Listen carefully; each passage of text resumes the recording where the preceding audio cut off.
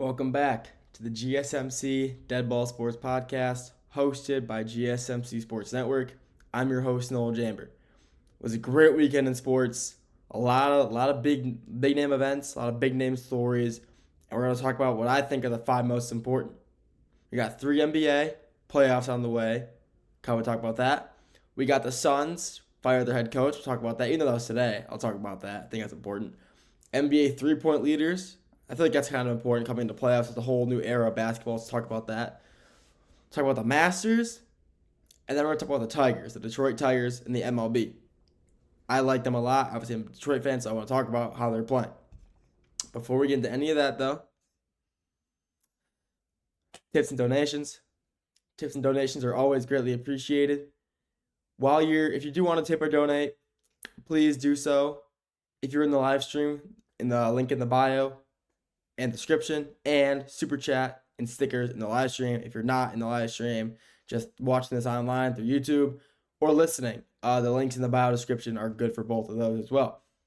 Even if you don't want to, donate, like and comment is always greatly appreciated. If you do want to comment, I'll get to it as soon as I can in the live stream column or in the comment section on YouTube. I'll get to that as soon as possible. So please, if you do want to tip or donate, like I said, if you're not in the live stream, links in the bio description. If you're on the live stream, via super chat and stickers. With that being said, let's get into the first topic of the day, shall we? First thing, NBA postseason. Finally, it has finally come. The best time of the NBA season is finally here, and it's the NBA postseason. After the most wild ending in the Western Conference we've seen in a while, with all seeds from 4 to 10 still undecided. Finally, as of today, as of last night, they have finally come to an end, and they're finally set in stone. The Eastern Conference has been set in stone for like 3 weeks now. It's insane. And the Western finishes the day before. Like, literally yesterday was the last day of the regular NBA season, and it's finally locked in. And like I said, the Eastern Conference has been set for 2-3 weeks now. It's nuts. So I want to go over the seeds, who I think is gonna win it all, overall all that. We'll start with the Western Conference. It is finally, like I said, come to a conclusion. All the games for the regular season are finally done. We can finally talk about who I think is gonna win the Western Conference. So first off, OKC at the 1. Makes perfect sense. They're the best team in the West. They have one of the most talented rosters, young players. You got guys SGA, Chet, they're Jalen Williams, both of them. That team's just loaded. They got a lot of talent over there in OKC. You got Houston at the 2, which is one of the most surprising seeds you've seen in a while. They go from an unranked, no playoff team for the past 3-4 years to a 2 seed in one of the best Western Conferences we've seen in a while. It really does show a lot that this team is playing good as well. Jalen Green, Jabari Smith, Asar Thompson, these guys are just playing really good basketball. This Houston team is very good, and I'm excited to see if they make a good run. We got LA, the Lakers at the 3 seed. Trading for Luka is one of the best things this organization could have done. Yes, they lost an All-Star. Ooh, sorry, excuse me. Not sure where that yawn came from. I'm wide awake. That's really weird. But trading for Anthony Davis, All-Star Anthony Davis, does suck. But getting Luka Doncic, one of the best scorers in the game right now, out of it, completely worth it. Luka is just so good on both sides of the ball. And he's one of the best scorers in the league right now. So being able to pick him up and still having big men who can fill in Anthony Davis' shoes is a huge upside for the Lakers team. It was a great trade overall for them. For Dallas, not so much. You got Denver at the 4. After firing Mike Malone for some unknown reason, we know the reason now, but I think is relatively interesting. They could have waited until after the season was over, but I'm not the organization. I'm not sure why they did that. But they got Denver at the 4. People thought they were dropping into the play-in. I was one of them who thought they were not going to drop into the play-in. I thought they were too talented to do that. And they, in fact, oh my God, I'm going. Again, I'm sorry. But they are too talented to drop into the play-in, and they proved me right. They are a 4 seed, and they deserve to be there. You got the Clippers at the 5. No one has talked about the Clippers once this year, and the fact that they've made the playoffs as a 5 seed after being a play-in team most of the season is very surprising to me. I'm not surprised at all, actually. I'm just saying, like, as an NBA fan, it's probably surprising, but not to me. I've been following the Clippers very closely this year because I am a partial fan of the Clippers. But, besides that, watching the Clippers play this season, they deserve to be in that spot. They have played so good this entire year while getting so little attention through the media. It's insane. They completely deserve to be in that 5 seed. Minnesota has made it to the 6th seed after also being a play-in team for the last few weeks. They beat Utah last night, and they should have beat them. Utah's been tanking / not playing their players for about a few weeks now. And they made it to the 6th seed. They finally locked in the playoffs. They're going to be a good team. They swept the Suns 4-0 last year in the first round. We'll see if they can do that again against LA. I doubt it, but we'll have to wait and see. Then for the play-in games, you got Golden State versus Memphis for the 7 seed. And Golden State 7, Memphis at 8. And then 9 seed is Sacramento, 10 seed Dallas. Golden State should beat Memphis. Memphis is not playing very good basketball as of recent after firing their coach as well. Like I said, these NBA coaches. Okay, oh my gosh, I guess I'm really tired, I'm not sure. But these NBA coaches are getting fired left and right, and really no one, these Western Conference coaches, they're getting fired left and right. And 2 of them being a playoff team. I mean, it's really weird. When Memphis fired their head coach, they were a 5 seed, and they've dropped all the way to 8. Earlier this year, they were a 3 seed. I mean, they've just fallen so far. It's unreal since firing their coach. So that was definitely an interesting move by the organization. But it's their call. But I do think Golden State will win that game to get the 7 seed. And then Sacramento-Dallas, I do think Sacramento will beat the Dallas Mavericks in the first round. And then they will then play Memphis for the 8 seed, who I do think they will beat. So Sacramento would be the 8 seed. Golden State would be the 7 seed. And then throughout the first series, I guess you could say, OKC versus Sacramento. OKC wins at 5. Maybe 4. Maybe they'll sweep them. I'm not sure, but they'll win that series. Houston will then. Golden State versus Houston could be a great series.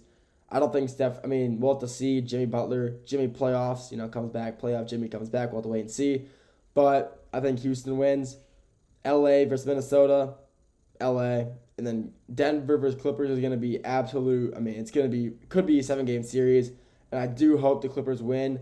But the Nuggets do also deserve to win because they're the better team. Because they're a really good team. But Harden, Kawhi, Ivan Zubac. This Clippers team is so underrated. No one's talking about them. And I do think they should win that series. I do think they can in 7 and maybe in 6. But we'll have to wait and see. But I do hope the Clippers make it out of that series alive to the semifinals. But then going to the playoffs, I do believe that either OKC or the Los Angeles Lakers will make it to the Western Conference Finals and win and then make it to the NBA Finals. It's going to be either one of those teams. I'm not sure which one. LeBron in the playoffs is, it's LeBron. Luka's playing phenomenal. Austin Reeves, Dalton Knecht. These guys are playing amazing. But then you got this OKC team. The reason I don't think they will beat LA because they're so young and they're not used to the playoffs. But that's also another thing. They're a lot younger than the Lakers. I guess you could say. They got a lot younger guys. So they're faster. So we'll have to wait and see how that goes out. But I do hope LA makes it to the NBA Finals in the West. Then going to the East. Like I said earlier, the East has been set in stone for 2.5, 2 weeks now. Who knows? But pretty good seeding. Talk about that. So we got Cleveland, the Cavs at the 1. Yeah, best team in the East and deserves it. Boston the 2. New York at the 3. New York is the next to the most fraudulent 3 seed ever. 0-10 versus Cleveland, Boston, and OKC this year. They are not a good team this year. I'm saying that right now. They cannot beat the good teams. They can maybe win their first round, but I doubt they will. Because they're playing, I'll get to that in a minute. Indy the 4, good team. Milwaukee the 5, also a great team, deserve that. Detroit at the 6, who they are then playing the New York Knicks, who I then think they will beat in 6 because Detroit has because they're a better team. I think Detroit is a better team overall than the Knicks. They're 3-1 against the Knicks this year. Like I said, New York Knicks are not good. They haven't beat any of the top two teams in the East or the best team in the West once, 0-10, like I said. And they're a very fraudulent playoff team. They never really have a lot of success in the playoffs anyway. So I do think that the Detroit Pistons beat them in 6. Then for the play-in, we then got Magic versus the Hawks. 7 seed Magic, 8 seed Hawks. I do think Magic will win because of how good their defensive play is compared to the offense. Compared to the Hawks' offense. The Magic is one of the best defensive teams in the NBA, and I'm excited to see, them beat the. I do think they will beat the Hawks, and then the 9 Bulls versus 10 Heat. Heat will beat the Bulls. Could be intertwined because the Bulls have been playing really good since the All-Star break. Josh Giddey especially playing really good. But I do think the Heat will beat them just based off experience, and they're a better overall team, in my opinion. Seeding doesn't prove it, but I think they're a better team than the Bulls. So I think it will be the Heat versus the Hawks in the play-in, and then the Heat will then beat the Hawks to make the 8 seed. So then Cleveland versus Heat for the 1 versus 8. I mean, the Heat are the Heat. They'll make some noise in the playoffs regardless. I mean, maybe they're not going to beat Cleveland, but maybe they'll take them to 6 or 7. But without Jimmy there, it's a big downside, so we'll have to wait and see. But I think Cleveland will beat them in 5 or 6. Boston versus Magic. Boston will beat them in 5. New York versus Detroit. I have Detroit in 6. And then Indy versus Milwaukee could go to 7, but I do think Milwaukee will lose to the Indy Pacers in 6. And then going throughout the rest of the playoffs, Boston's going to make the NBA Finals. I think they beat whoever's in their path. And then they will play the Los Angeles Lakers, where the Lakers will then beat the Boston Celtics to tie the all-time NBA titles, title champions. How many championships? They will now both have 18, and they'll both be continuing this rivalry for years and years to come. And with the addition of Lucas, the Lakers, I'm more than happy to see that happen, and I'm so excited to see this playoff start. I love the NBA playoffs, and the play-in is the best time of the year. I love it. So tomorrow, Tuesday, you got the first games of the play-in. We'll see how it goes. We'll see my predictions. All right. Ooh, wait. That could have been bad. I just hit stop recording. I didn't mean to do that. That could have been very bad. Thank you for tuning in to this segment of the Dead Ball Sports Podcast. In the next segment, we're staying with the NBA, talking about the Suns. They just fired their head coach. Talk about that. Then we're going to the NBA as well. We're sticking with them. I swear it's like a basketball podcast, but it's not. We're going to the three-point leaders for the NBA this season.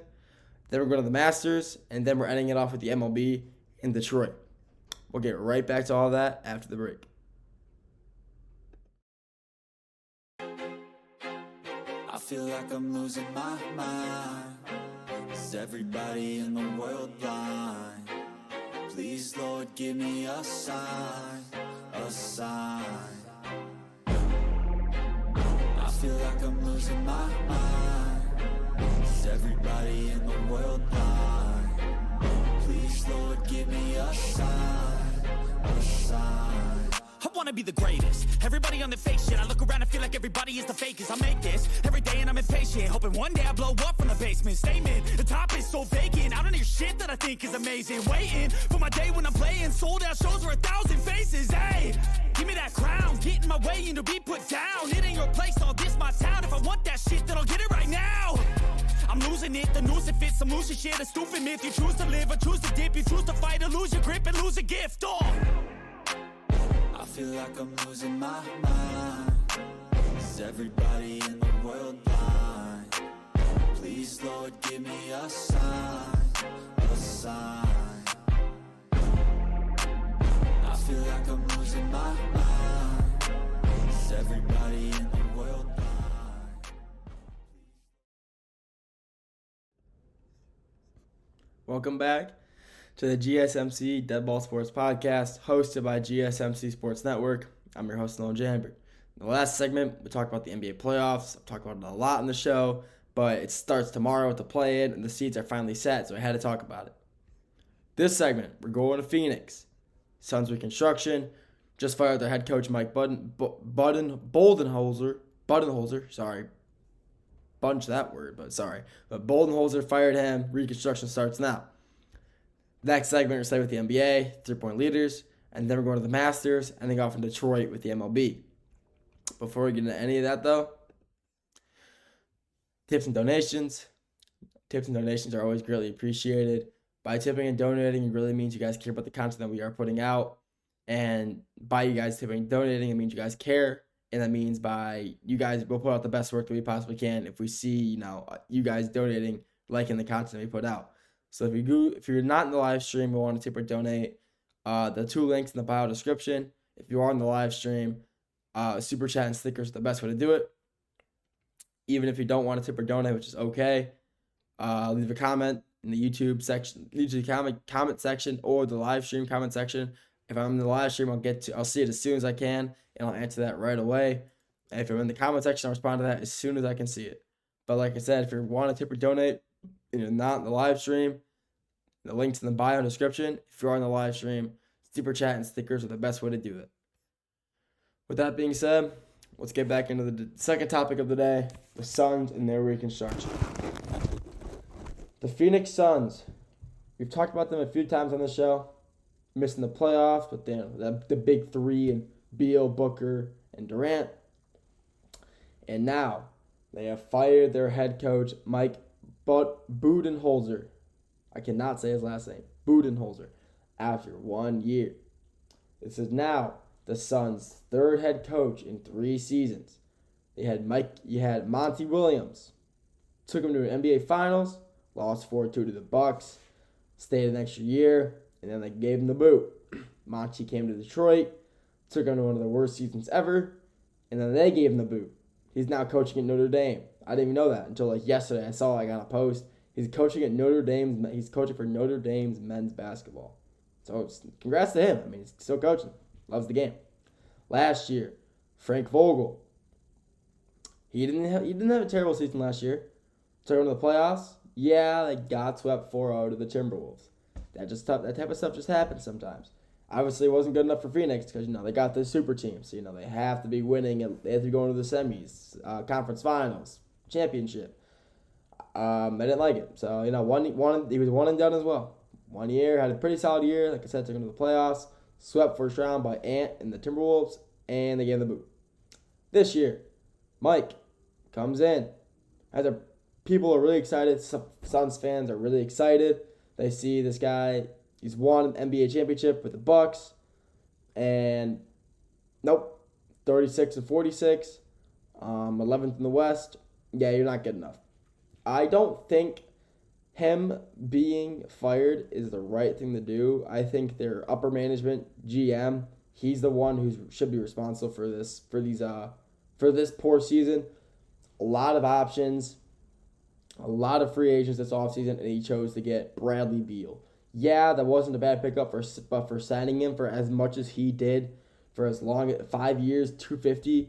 I mean, that's just a horrible contract. Bradley Beal is aging. He was he's not playing good basketball. He wasn't playing good basketball when they signed him out of Washington, and they proceeded to go sign him for a max contract basically for a pretty washed player in my opinion, and that backfired heavily. I mean, like I said, 11th in the West, 36-46.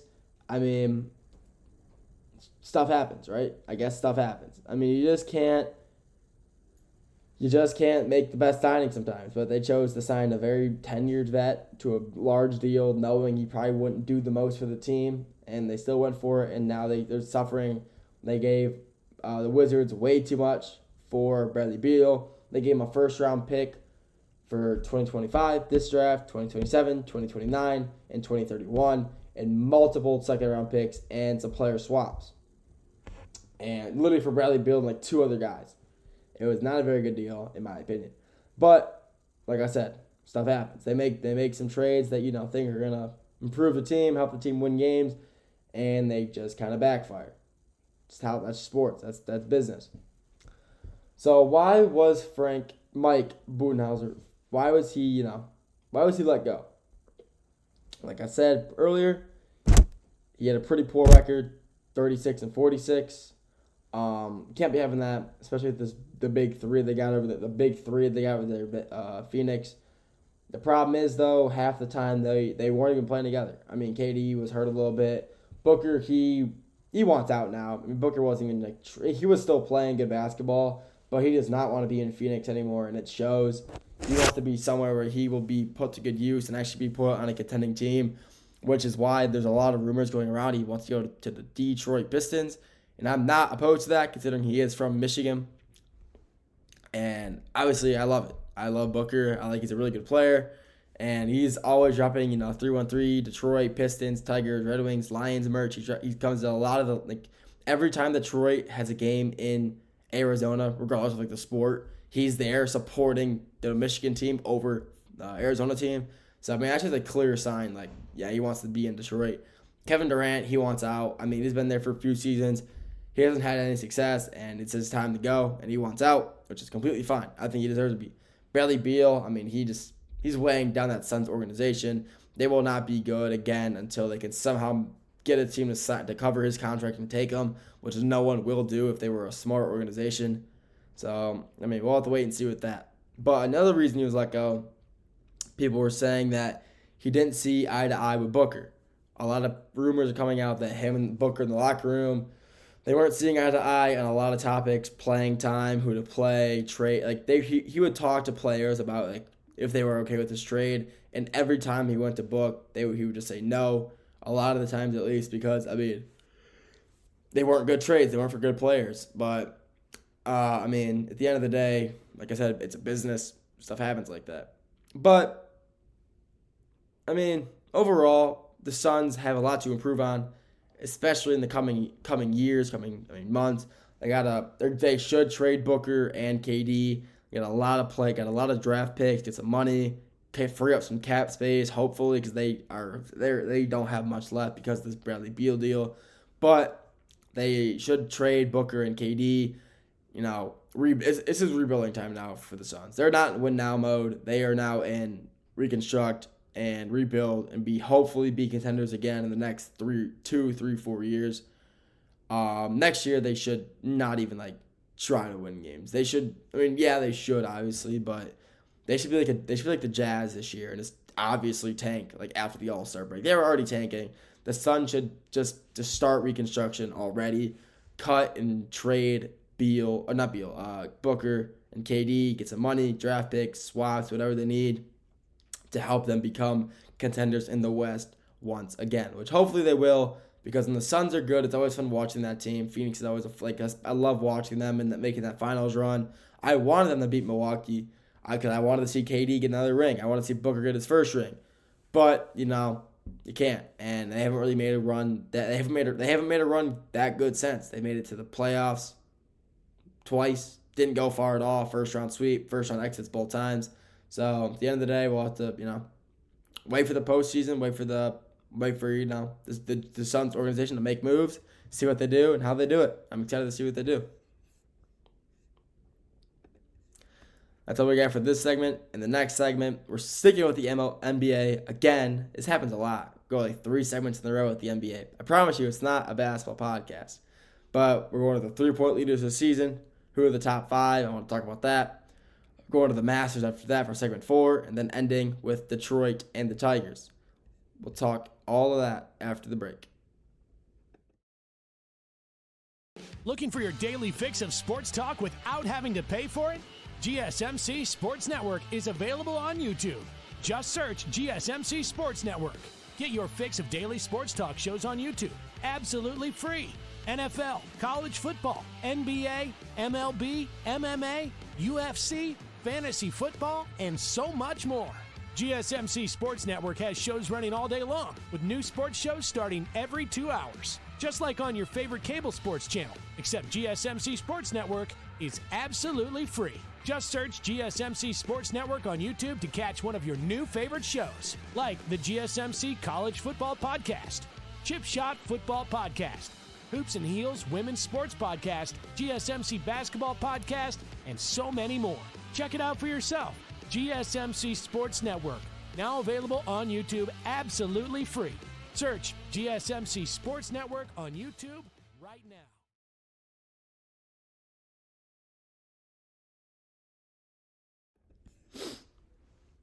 Welcome back to the GSMC Dead Ball Sports Podcast, hosted by GSMC Sports Network. I'm your host, Nolan Jambert. First 2 segments, NBA, postseason, starts tomorrow to play in. Wanted to talk about that. Last segment, we talked about the Phoenix Suns. fired their head coach, and reconstruction, what they should do. Hopefully it gets done to make them contenders again in the West. This segment, we're sticking with the NBA. The 3-point leaders this season, who they are, and why they were so important for each team's success this year. Then we're going to the Masters after this, and then ending with Detroit and the Tigers.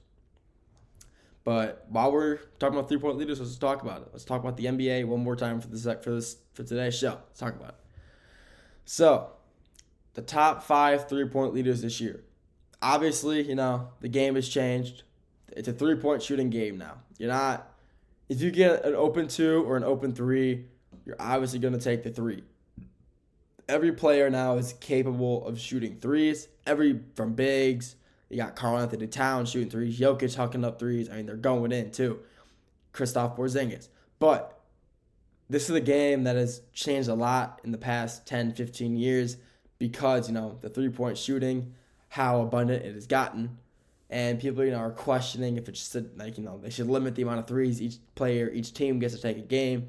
So, interesting take. But we're not talking about that. We're talking about the top 5 players in the NBA this season with the most amount of 3-pointers. So let's talk about it. I want to talk about the top 5. We'll start from 5 and go to 1. We'll start with number 5. Like I said, in Boston, possible 6th man of the year, Peyton Pritchard. I don't think he'll win 6th man of the year, but he's definitely up there. However, 256 3-pointers this year. Boston is a very big 3-point shooting team. Boston, I believe I saw a stat, Boston is the most 3-pointers shot this year by a large margin. Peyton Pritchard, Jaylen Brown, Derek White, Jason Tatum, they're all shooting 3s. They're shooting 3s a lot. Like I said earlier, the game has changed. And the 3s they shoot, a lot of the time, they're going in. For how much they're shooting 3s, their ability to make and the ability to shoot 3s is good, but their abilities to make 3s are even better. They're shooting a lot, and they're going in a lot. Whenever a Celtic shoots a 3, you just feel like it's going to go in because of how much they work on that compared, I feel like, their short game. I think the Celtics, obviously, they don't need to work on their short game as much because their 3-point shooting is so good. But it just shows you how much the game has changed in the past 10, 15 years when the Celtics are dominating the East just through 3-pointers. And hardly any post game at all. It's just shooting 3s and they're going in. I don't like watching games like that. Like watching teams especially, but that's basketball. It's basketball at the end of the day. It's how they play. The fourth person also coming out of Boston. You would think it would be, Tatum or Brown. You're wrong. It's probably the other guy you're thinking of, Derek White. He has 9 more 3s than Peyton Pritchard at 265. Like I said just a minute ago, the game has changed, and the Boston Celtics are playing so good and dominating the East so well because they have guys who are shooting 3s consistently and going in. Derek White is their best 3-point shooter, not just because he's the highest on the team, like with 3-pointers made, just because of how good of a player he is in general. Derek White is a great player. He's not the biggest guy. He's not the biggest guy on the team, but he's he's the best shooter they have. Whenever Derek White gets the ball, you feel like he's just going to shoot a 3. And when he does shoot a 3, you have a feeling, yeah, it's going in. Derek White, he's one of the best shooters in the league this year. No one's really talking about him, but talking about the team in general. But, Derek White is just playing so well this year. And the Celtics are going to make a deep playoff run, possibly an NBA Finals run, as I do believe they will. But they will make it so far because of how well their 3-point shooting is. If Peyton, Derek White, Brown, Tatum keep shooting the way they've been shooting all year, they could easily beat the Lakers, who I have them playing against in the NBA Finals in that final series. But if they slow down, which I doubt they will be probably second-round exits. But they're looking to go back-to-back. So I don't see them slowing down because I don't see them, slacking off, slowing down because they have a reason to go back-to-back. They want to. So we'll have to wait and see. But like I said, the first 5 and 4 are both out of Boston, showing how well they've been shooting 3s, how well consistently they've been shooting 3s. And they're going to be a team to beat in the playoffs, going back-to-back. But they'll be a great team to play against, see, watch. It's going to be a good team to play. The third seed. You wouldn't think he'd be here. I'm going to say the team he's on. You can probably know who I'm talking about already. He's Golden State. Jimmy Butler. Nah, I'm kidding. Stephon Wardell Curry, the best three-point shooter of all time. This year, 3'11". It's actually insane how big of a jump that is. He goes from Derek White at 265 to Curry at 3'11". That's about a 40-50. I'm still going. I gotta get some caffeine in me after this show. Jeez. But you got a 40-50 point jump from the fourth place to the third place. Just shows how good Steph Curry is still. Steph Curry is still easily one of the best shooters in the NBA, and it's not for debate. Not at all. Steph Curry is so dominant still. He's shooting threes. They're going in. He's got Jimmy Butler on his team. Playoff Jimmy. One of the best players in the game when it comes to playoff time. Statistically, he's his point differential, his plus minus in the playoffs is significantly better than him playing in the normal season, the regular season. But I mean, with Steph, him playing in the play-in against Memphis, they should easily beat them. I think they will. And if Steph continues to dominate, maybe they'll pull a 2022, make a finals run, win it when nobody expects them to, just based off his shooting. And his shooting is still, like I said, just as good as ever. He's so dominant still. And I'm excited to see what type of noise he makes come playoff time. And, if he's still got it come playoffs. I do think he does. Obviously, he's the third highest three-point shooter, like most threes in a season this year. So I'm excited to see what he's got come playoff time. They're going to be good, though. Watch out for that. Watch out for Golden State. Second spot with 319 three-pointers this year. A player I guarantee nobody saw coming. Nobody saw this guy being on the top three at all. I'd be very surprised if you saw him there. He was I gotta figure this yawn out, jeez. But he was a free agent, signed to a team in the East that has made the playoffs for the first time since 2018. That man is on the Detroit Pistons. And that man is Malik Beasley, a.k.a. Malik Threesley. Malik Beasley, 319 three-pointers on the year so far.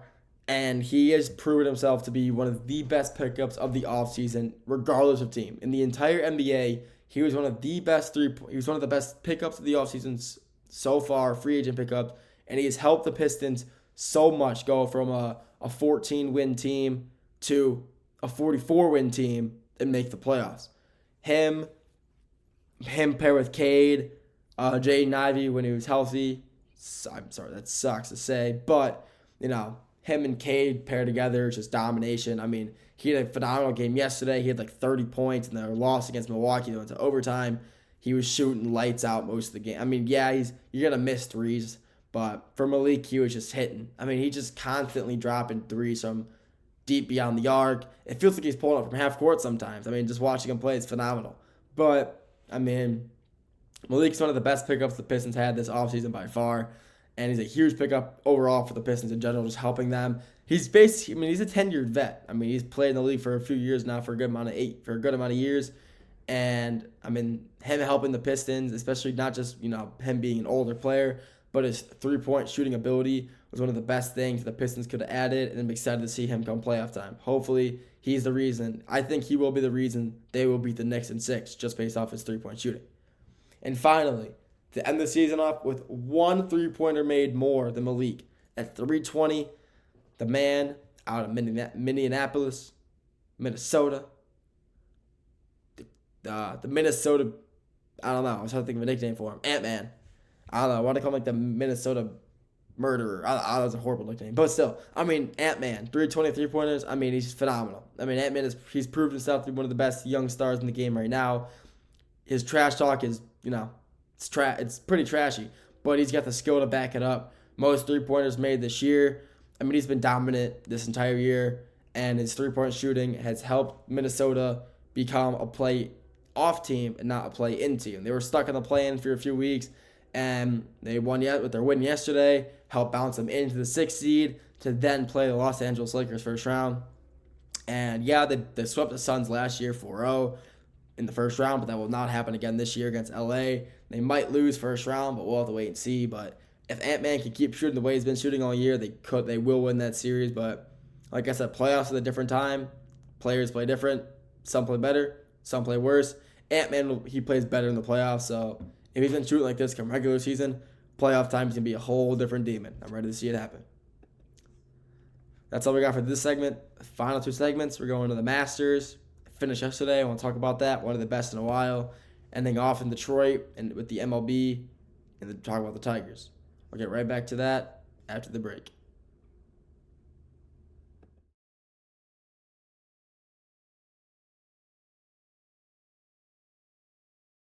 For the best and latest podcasts available anywhere, go to the podcast app on your cell phone and type in GSMC to access free content-rich podcasts on health and wellness, book reviews, sports, entertainment, relationships, social media, movies, technology, finance, and even weird news. Subscribe and download the GSMC Podcast Network's family of shows, available everywhere podcasts are found.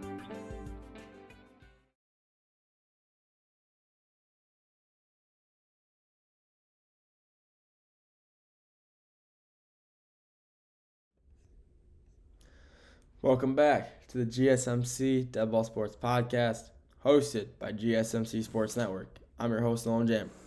First two segments, we're talking NBA, postseason, Suns reconstruction, and three-point leaders. We finally moved away from the NBA, basketball in general, and now we are moving towards a new subject, one of my favorite to talk about. Golf, not even golf, the Masters. The 89th Masters has finally come to an end. After one of the best Masters we've seen in a while, it has finally ended with Rory McIlroy winning his fifth big title, and he has finally won the Grand Slam. He finally has it. Only one of 6 players ever to win it. He's won 5 major titles, his first major since 2014. It has been 11 years since he's won a major. And now that he's won it, he's now won the coveted Grand Slam. Like I said, only 6 players have ever won it, including Tiger Woods, who's the greatest golfer of all time. But I want to talk a little bit about, the Masters, how yesterday, Sunday, was. So, Sunday, obviously, the most important day of the Masters. It's, the last day. Players are nervous. The fans are nervous. They're ready to watch. Sunday is when, all the anticipation, all the fans come out. They're ready to watch, some good golf. We're here to watch the Masters. These are the best players in the world, and they have a reason to come and watch it. The Masters is very, very hard to get into. You can't just buy a ticket. The Masters has a lottery system, and you can only get in to the Masters by winning a lottery ticket. Some people have been waiting on that list since 2010. It's been 15 years they haven't got it. I just saw a video of a guy on TikTok. It was really funny, actually. Pretty wholesome, though. He was on the waiting list since 2005, and he finally got the tickets this year. Pretty awesome for that guy. Got to go see one of the best matches in a while. But lucky for him. But the Masters is just very exclusive. It's not easy. You can't just, even if you win the lottery, you can't just bring people. You get 1+1. The security there is insane. The rules are also very strict as well. You can't run on the grass. You can't run. You can speed walk or walk fast. You can't run. You can't bring your phone in. I do like that, though. You cannot bring your phone in. I think that's a really cool, really keeps the tradition alive, keeps the classic, the golf vibe there. They have pay phones, though, so you can put a quarter in and call somebody if you need them. I think it's pretty nice. But, you get your phone after, the event's over, but you don't get it while you're there. So I think it's pretty cool. It really makes people enjoy the moment, enjoy while they're there. It's a once-in-a-lifetime opportunity. Don't spend your day just, scrolling on your phone. You're going to be there watching the players play, especially on Sundays. Sundays is the best day to be there watching it. And I want to talk about that. Yesterday, it starts Rory McIlroy and Bryson DeChambeau tee off at 2:30. Rory is sitting at 10 under, so minus 10. DeChambeau is sitting at 8 under, so minus 8. And they're going in, first tee shot. Rory McIlroy, first hole, double bogeys, DeChambeau, pars. So he drops to Rory started with 11 under. DeChambeau was 9. So DeChambeau stays at 9. Rory drops to 9 as well. So it's tied in the first hole. And the first few holes are very competitive. Pars, eagles, birdies. I mean, everything's going around. Bryson on the 7th hole finally takes the lead. He's winning 10. He's 10 under compared to Rory's 9 under.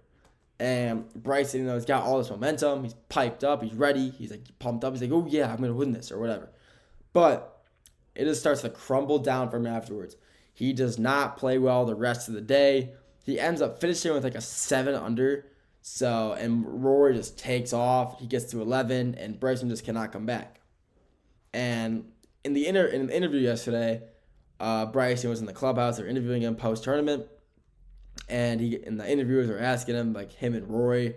And then he says that Rory wouldn't talk to him at all. While they were at the tournament, they wouldn't talk to Rory. Just refused to start conversation with them because he was so, locked in, ready to play. And I think that's pretty cool. I think that's, shows that Rory meant business.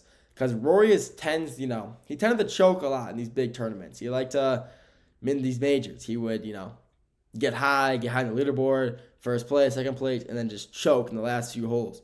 And honestly, I thought it was going to happen again. Rory was in the 13th hole and double bogeyed as well. So he was at minus 11, back to 9 under. And, for the rest of the day, this guy out of England, his name, Justin Rose. Pretty older guy, been in the PGA a while. He played in the 2014 Masters with Rory. So, they've been around a while. They know each other. They're acquainted. And Justin, he finishes his rounds about 15 minutes before Rory finishes his. And he's sitting at a nice 10 under. And Rory is in the last hole. He's sitting at 11 under. All he has to do is get a par, and he wins the Masters. No overtime. No sudden death, whatever. He gets to the 18th, one of the hardest holes on the course. It is the tee box is a very, from the tee box to about 100 yards out, it is a very slim fairway, and there is very little room for error. You can draw it. You can try to play the draw right because the fairway tends to go a little right. So if you aim it down the middle and try to get it to, hook right, you'll be set. So he has great drive, great chip, and then he's on the green, pretty far away. He has a really good putt to get it within 5 feet, 4 feet, to putt in for par to win the Masters. He lines up. He putts. It's rolling. It's a little downhill green, and he's aiming. It looked like he was aiming to the left side of the cup because it broke right, so he aimed left. So he aims, takes aim, shoots it, putts it. It lips out, misses, bogeys. It's going to sudden death. So Justin Rose, Rory McIlroy, playing for the Masters, playing for it all on hole 18 of Augusta, Georgia. So the sudden death is on hole 18. So he just played the hole. He's playing the hole twice, back to back. So he knows how the green's running now. He knows how to play it. They both have great tee shots off the tee box. This is also, by the way, this is the first sudden death since 2017. So, a lot of excitement was going on. Very, very intense environment. It was amazing. But both have great tee shots. Both get on green with the one chip. So they're both on the green within 2 for the putt for birdie. And Justin, he 2 putts. He misses his. He had a pretty hard. He was further away than Rory after his chip, so he's probably about 6-7 feet. But he missed it. He missed his putt. 2 putts for par. Rory within 4 feet, sinks it. Wins the Masters, get the coveted Grand Slam, and he finally wins his green jacket. Finally, after so long, Rory McIlroy has won the 2025 Masters, green jacket, and Grand Slam. He is now exempt from every PGA event for the next 5 years. Every U.S. Open, he's there. The Masters, he's there. I mean, winning the Masters for Rory was more than golf. It proved that, he still has the ability to win these tournaments. He hadn't won one for 11 years at that point, since yesterday. And he's getting to an age people were questioning his ability to play golf. And he finally comes out. He proves that he still had it. And he proved that I'm still here to play. And I love it. I've been a fan of Rory for a while. Watching him finally win that Masters. He broke down on the green crying. He was so happy. Meets his wife and daughter. I mean, it's just winning the Masters is more than, just golf. Winning the Masters proves that you're one of the best players to ever do it. You're proving that you have beat the best players in the world and one of the most prestigious and elegant games in the world, golf. It is a beautiful game, beautiful scenery. I mean, golf is amazing. Winning the Masters is every golf player's dream. And Rory has finally made his dream a reality by winning the 89th Masters, getting his green jacket, getting the Grand Slam, and proving to everybody that he still has what it takes to be a PGA golfer. That's all we got for this segment. Our next and final segment, we're moving from golf to baseball. We're going to the Detroit Tigers. I want to talk about how their season's going so far and talk about hopefully the future of the team. We'll get right back to that after the break.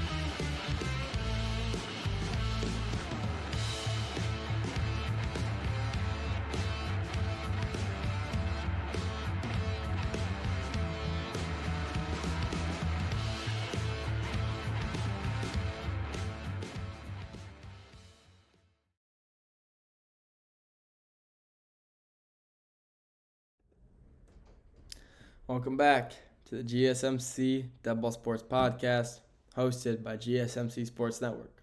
I'm your host, Nolan Jamber. In the first 4 segments, we talked about NBA, postseason, Suns firing their head coach, and the three-point leaders.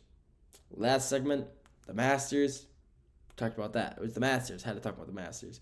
And the fifth and final segment for today, the Detroit Tigers, the Detroit Gritty Tigers. The Detroit Tigers are one of the best stories in sports right now. I love it. Last year, they go on a 17-18 game win streak, make their way into the playoffs, and lose to the Cleveland Guardians second round. Lost in a game of 5 series, unfortunately, lost 2-1. Stuff happens though, right? It's okay. You have a lot of talent on this team. You got Tarek Skubal, Cy Young winner. Torkelson, who's looking like prime Barry Bonds half the time. I mean, plus the farm system for the Detroit Tigers is so good. So let's just talk about, the Tigers right now. The Detroit Tigers right now are playing very good baseball, and I mean very good. We just beat the Minnesota Twins, and it's a 3-game series, 2-1. Beat them in the series. We lost yesterday, but we won the series. Series before that, we beat the Yankees in another 2-1 series. We should have won that third game as well. We lost 4-3, but hey, you can't win them all. I mean, and with us winning games comes a certain batter. His name is Spencer Torkelson, and he was a first overall pick. First round pick for the Tigers in 2020. And he has proved himself to be one of the best hitters not only for the Tigers, but in the league. He was sent down to the minors last year, our farm system, to get his confidence back. And get his confidence back, he did. He was hitting like 400, 380, and he comes back up here and just makes a difference. And he has been hitting home run after home run after home run. And he just has, he's just bombing. People call him torque bombs because he's just hitting so well. And everybody's loving it. I'm one of the ones who's loving it. Seeing him go up to bat, oh, boom, home run. Like, I'm never scared when he's up to bat. I think he's either going to get a good base hit, good contact, or just take it over the fence. And I love it.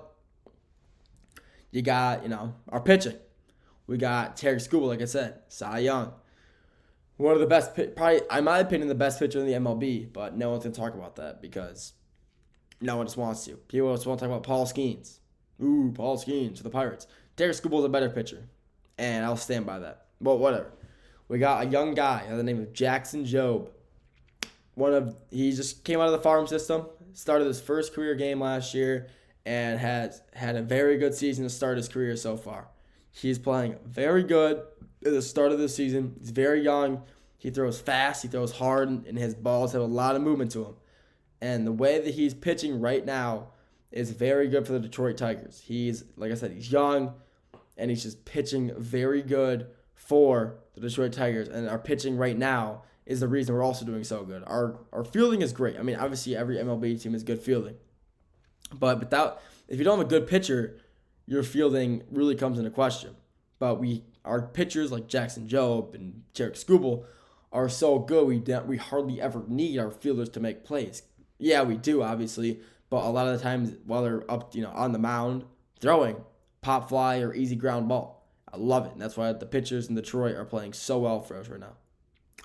We got one of the best young players in the MLB, Max Clark, in the farm system as well. Max Clark is a top 3 pick in 2023 MLB draft, and he has proved why. He's playing right now in the farm. He's playing for one of the teams in Michigan. I think it's the Double-A team, and he has proved why he's a third overall pick. He's averaging 380. He's hitting. He's feeling great, and he's just young, and he's fast, and he's physical. He makes plays in the field. He makes plays when he's off the bat. He's just an all-around player making plays that we need him to. And Max Clark has done a lot for the minor league team. And when he eventually gets called up this year, because he will get called up this year, it's just a matter of time. Probably before All-Star break, hopefully, if we need him. But he's going to be an immediate impact for the Tigers when he inevitably does get called up because of just how good he is. He'll be like a Jackson Jobe type of guy, making an immediate impact and helping the Tigers win baseball games. And I'm more than excited to see him come up, make a difference, and help the team win games and make another playoff push come the end of the year. One guy I do want to talk about. One guy in the Tigers who I absolutely love. I've loved my entire career. Not just because we have a number that I share, that he wears the number that I used to wear in football and baseball, but because I like him as a player. Also, we play the same position in baseball. 28, Javier Baez. Javier Baez is playing some phenomenal defense and hitting a lot better than people are giving him credit for. Javier Baez is making plays all around the infield this year and in the outfield. We had him in that one game, and we had him in center field when we were up 6-0 on the Yankees. We had him in center field, and he made a play. He made a crazy play. He made a really good athletic diving catch in the center field against the Yankees, when that is not where he plays at all. But Javier Baez is one of the best players for the Tigers. He's not one of the best, but I'll say he's very much improved since coming back from injury. He's making plays. He's hitting better. Javier Baez is, he's a reacher when it comes to the play. He likes to swing at a lot of questionable pitches. He swings sliders, curveballs. They get him. And it looks like he's finally adapted to that, and he isn't swinging as much to pitches like that, of that nature. And seeing him, improve like that is a great thing for teams like the Tigers when you have these young stars, young players, and he can kind of mentor. Because he has been in the league a little while, and he's a great player. When he was in the Cubs, oh my, what an animal. He was an animal in the Cubs. But he still has these flashy abilities to make plays, especially at shortstop, going for tags, like when a base runner's stealing. He's making really good plays. When he got Rogers behind the plate, throwing at the shorts, throwing it to second, Javier Baez catches it off bag, jumps up, puts his hand down in the midair and tags the base runner mid-slide, gets the play out at 2. I mean, it's those plays like that where you see why we signed him for $150 million. And because he's still so flashy and he still has the ability to make plays in the field when needed. Yeah, his hitting, could be better. So could everybody else in the MLB. Everybody could be better at certain things. But Javier Baez is making plays in the field where it needs to be made. He's hitting a lot better than he was pre-injury. And this Tigers team is a lot of the upside. I really do hope they do make another playoff push, especially with, Torkelson heating up, Carpenter heating up. A lot of these guys hitting better and are pitching just as good as it has been all season and the season prior. I'm excited to see this team throughout the season and hopefully make another deep run come October. Thank you for tuning in to this episode of the GSMC Dead Ball Sports Podcast, hosted by GSMC Sports Network. Your continued support means a lot, so subscribe, like, and comment to get our name out there. If you want to, stay up to date with all things GSMC, make sure to follow us on Instagram, TikTok, X/Twitter, and Facebook to stay up to date with all things GSMC. Thank you for tuning in, and have a great rest of your day, and I'll talk to you all very soon. See ya.